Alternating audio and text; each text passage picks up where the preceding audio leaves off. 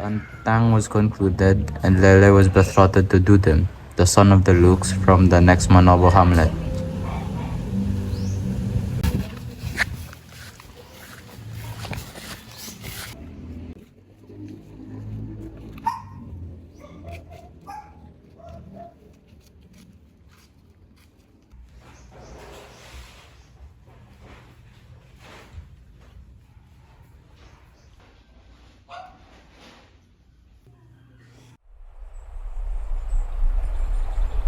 I want your daughter Lele and my son Dudiv to get married as soon as possible.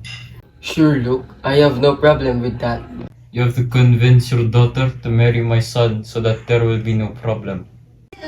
I'm sure she'll agree. I can see in her eyes that she loves your son Dudip. Good. I have to go now. I have more important things to do.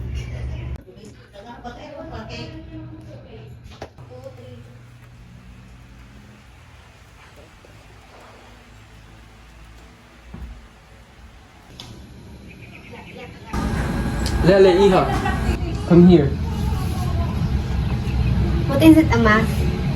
Me and their Luke have decided to arrange a marriage for you and to his son Dudip. When Lele's father broke the news to her, she nodded meekly, even forced herself to smile.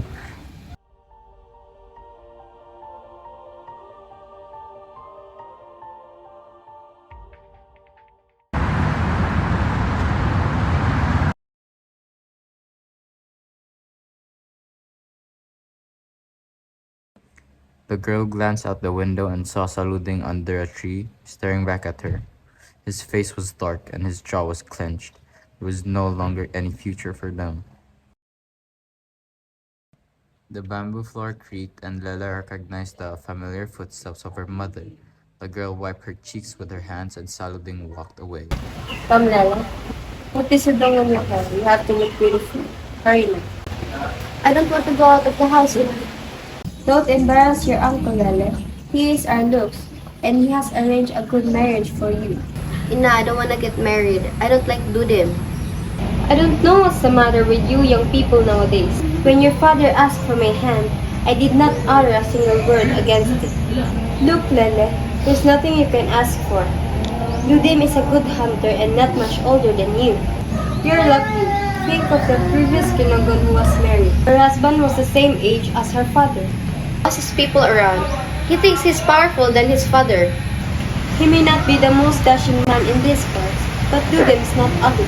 And yes, he seems to be proud at times, but it's just his way of commanding his time.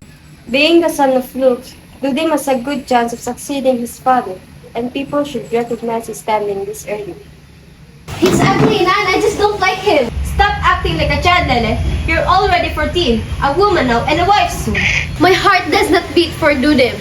I will hear nothing of that, Lele. You will learn to love Dudim just like I did to your father. I will love no one, but Lele, what you want will never happen. The entang was done. The elders have decided. You will do well to embrace our fate.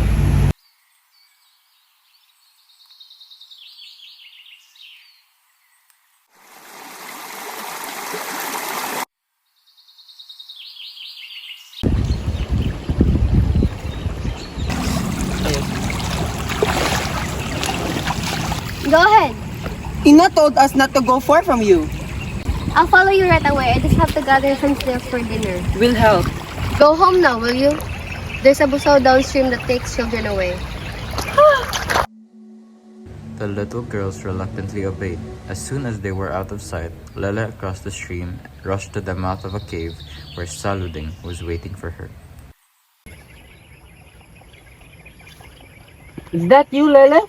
It's me. Were you expecting someone else? No, it's just that you might be a busaw. A Pejililong to be exact. If I were a Fijililong, you would be dead by now. A Fijililong will not take my place, Saluding, because we have not agreed to meet. I just saw you fishing earlier and I thought you might be passing the time here in the cave's mouth. I had no plans on fishing today, but when I saw you and your sister on your way to the stream, Oh, Saluding. I thought you no longer wanted to see me. You seemed so happy when you found out Dudim wants to marry you. Saluding, I was crying. You saw me. I don't want to marry that oaf. It's difficult to believe that. You must be delighted with the Sunggod. 4 horses, 3 carabaos, half a dozen of weapons, and several other valuable items? So far, no Kinogon has received such generous Songgod. Dudem is really crazy for you, and you must be falling for him too.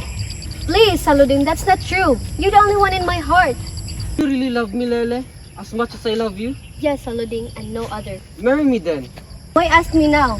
My uncle and Dudim's father have agreed. The antang could not be broken. I have no intention of asking permission from your uncles. That really looks. He will never allow me to marry you because my family doesn't have enough property to earn his respect. My father even owes him a huge sum.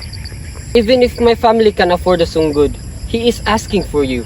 He still wants you to be married to Dudim. He wants to get back what he has given when his son married Dudim's sister. So how are we going to be married? Let's run away. You don't want to go with me? You don't really love me then. No, Saluding. You own my heart. It's just not, we have nowhere to go. Dudim's people and our own people will never forgive us. They will hunt us down. And I don't want to think what they will do to us once we're found. You need not worry about that, Lele. We'll go far away from here. We'll go to the plains. The plains? We don't even know how to survive there. I don't even know what it looks like. We don't know anyone from there. I know someone there. I have been there. I joined the Looks in several of his trips to the lowlands.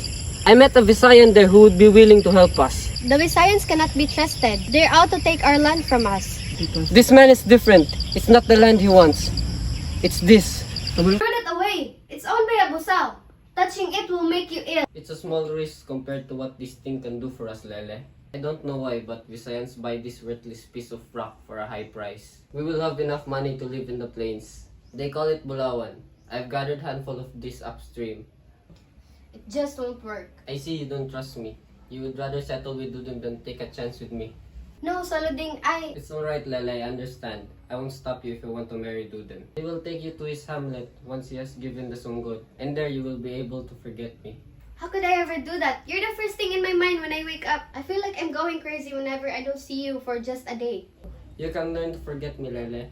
Perhaps it's for the good of both of us if we part ways. When you're gone, even if it will pain me so, I will also try to forget you. I will have to find my own wife and... Stop that. Stop saying that. Don't drive me away. Take me with you. I don't want to force you, Lele. Take me anywhere you want. There is nothing else my heart desires. Tomorrow night then, Bituin Tulu will appear in the east. As soon as you see it, come into this cave. I will be waiting for you.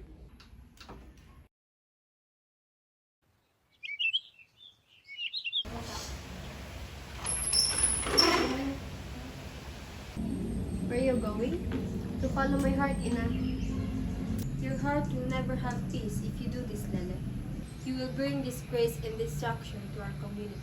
Dudim's family has not yet given the Songgod. We haven't taken anything from them yet. It's not only valuables that are stake here. Your uncle has given his word to Dudim's father. How will the other Lucases respect him if his niece, his own family, is the first to defy him? For Dudem too, you're already his wife. If another man takes you away from him, he will consider it an affront to his honor. That's a polite way of putting things, Ina. Let the man talk in that manner. We are both women, and we know there is no honor in my marriage. I am just an item for a trade. You're mistaken, Lele. The Songgod is not a payment. No material thing could be valuable enough to replace a daughter. The Songgod is just a gift, to soothe the bleeding hearts of the parents. I am sorry, Ina. I've made up my mind. I love our family and the hamlet, but I'll die if I have to live apart from Saluding. He's waiting for me now. The two of you agreed to meet somewhere? Yes, and I'm running late.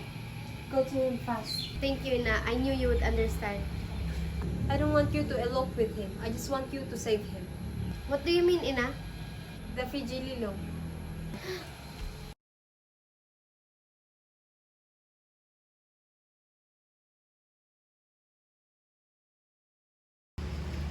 Saluding, I'm here.